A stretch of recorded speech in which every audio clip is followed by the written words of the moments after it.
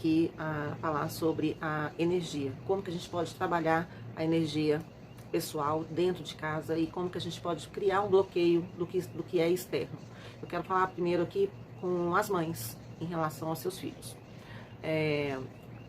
Procure saber, procure entender o comportamento do seu filho. Eu conheço uma pessoa, uma mãe, que quando a filha, estava com 7, 8 anos de idade, mais ou menos, se eu não me engano, eu acho que é isso, talvez um pouco mais. Eu fui fazer uma visita para essa mãe e ela me pediu para dar uma olhada nas tarefas da filha. E eu fui olhar as tarefas da filha. Então a filha, ela demonstrou uma dificuldade ali de raciocínio, mas o que mais me perturbou, foram alguns desenhos pintados de preto. Preto com um vermelho como se fosse sangue. E quando eu perguntava para ela quem que eram aquelas pessoas, ela distorcia o assunto. Então era algo muito ruim que aquela criança estava sentindo naquele momento. E como eu conheço, eu sei da história, e isso já era um reflexo psicológico muito grande de tratamento, de postura, de comportamento. Como que era tratado por outras pessoas, pelo pai, pela mãe, né, por todo mundo que está em volta. Não era uma pessoa maltratada, mas era uma pessoa que precisava de uma ajuda psicológica. E quando eu vi esses desenhos, que foram desenhos assim bem assustadores, tinha até um que tinha um boneco de palito, não é que você faz a cabecinha e puxa os palitinhos, perna e braço, e estava segurando uma faca, que nem a gente vê em filme.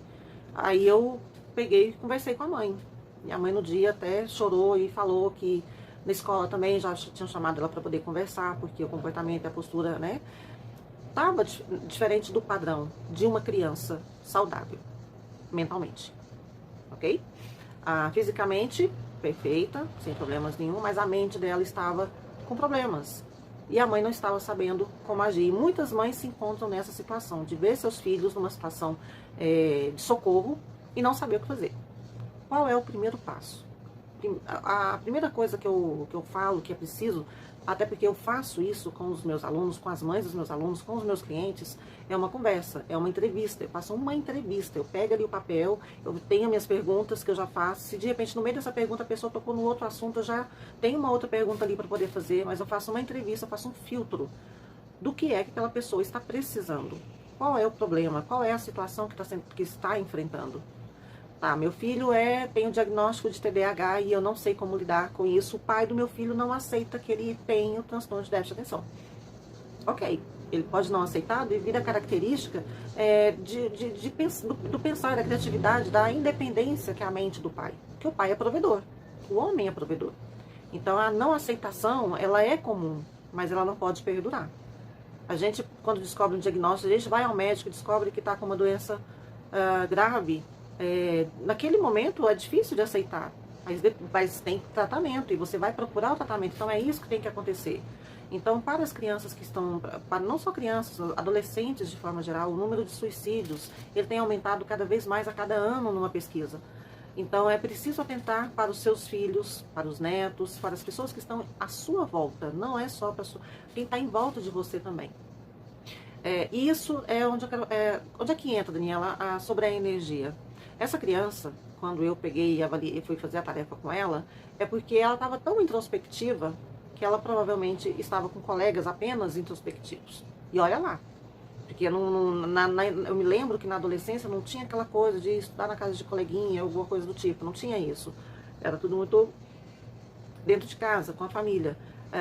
Então eu devo deixar meu filho? Não se trata disso. Se trata de com quem o seu filho está lidando, com quem o seu filho está mantendo ali uma amizade. Então eu já falei sobre isso aqui em outro vídeo também. Descubra, procure saber com quem o seu filho está conversando, quem são os amigos e por quê.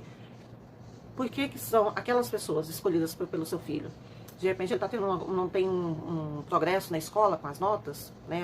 Não tá fluindo. Aí você vai na escola e procura saber com quem seu filho anda. Quem são os amigos do seu filho na escola? É fulano, fulano, fulano. Como que é a família de fulano, fulano, fulano? É assim, assim, assim, assado. Vá conversar com os pais desses colegas. Então os pais não podem ficar parados, não podem ficar esperando o acaso, o tempo passar para que eles possam amadurecer. Porque a vida vai ensinar. A vida realmente ensina, ela vai ensinar. Mas enquanto estiver na sua responsabilidade, você que tem que fazer algo. Enquanto você, pai, mãe, responsável, estiver na responsabilidade dessa criança, desse adolescente, você precisa entender o que está acontecendo na mente dela. Agora, quando a pessoa já cria, o adolescente já cria uma revoltazinha. Ah, porque eu não aguento essa casa, porque eu tô doido pra sair de casa, eu quero fazer logo 18 anos, eu quero isso aqui. Então, ou seja, quando a pessoa já está nesse nível, aí você já é já é um outro contexto, já é um outro assunto que a gente vai falar depois. Primeiro eu quero falar com as mães que estão sofrendo com as crianças e com seus filhos, que sofrem desse mal. Que está depressivo, não sai do quarto, não come, não vê a luz do dia, não quer conversar com ninguém, é antissocial e quando chega a visita em casa fica escondido dentro do quarto. É com essas pessoas que eu quero falar hoje. Então dê o primeiro passo. O primeiro passo é diálogo. Procure conversar. Se você já tentou o diálogo com seu filho e ele não quer conversar com você, pergunte a ele: eu quero te ajudar. Podemos agendar um psicólogo? Não é marcar um psicólogo sem falar com ele antes. Isso é horrível para o adolescente. Muitos têm vergonha de falar que fazem terapia. Hoje já nem tanto. Terapia é como se terapia tivesse virado moda. E eu acho que a gente tinha que nascer na sala de terapeuta. Eu acho que a gente tinha que nascer na sala da terapia. Senão, evitaria muitos transtornos na vida de muitos. Mas converse, você quer ajuda, já que você não quer conversar comigo, então você precisa conversar com alguém que possa te ajudar. Você quer? Procure primeiro essa transparência, esse passo, para que você, e dependendo da idade do filho, é muito complicado até de você perguntar para o terapeuta o que é que está acontecendo, principalmente se for maior de idade. Quando é uma criança, você ainda vai trabalhar ali um relatório, olha, seu filho está assim, e eles vão com muito medo de falar algo sobre a família. Primeiro ele vai ter os primeiros momentos ali, vai acontecer o primeiro contato, e o terapeuta, o psicólogo sabe como agir para poder chegar ali numa segunda informação, numa terceira informação. Ele sabe, ele estudou para isso, ele trabalha com isso há muitos anos, há muito tempo. Então não tenha medo. Aí, quando você tiver o primeiro relatório, aí você vai ser orientado do que você deve fazer. Quando os meus alunos chegam com laudo, né? Como psicoterapeuta, eu trabalho a psicoterapia na monitoria. Meu trabalho não substitui o trabalho de um psicólogo. Eu trabalho como monitora ali em análise comportamental e dentro do contexto, né? Se especializar em matemática, em exatas. Então, quando vem um aluno que vem com laudo de TDAH, que é o boom, né, do momento, quando vem com TDAH, eu faço ali um relatório completo sobre ele, para poder entender como que funciona a mente dele. Dependendo do funcionamento da mente dele, é que eu vou fazer o meu planejamento de aula. Cada aluno tem um planejamento de aula diferente.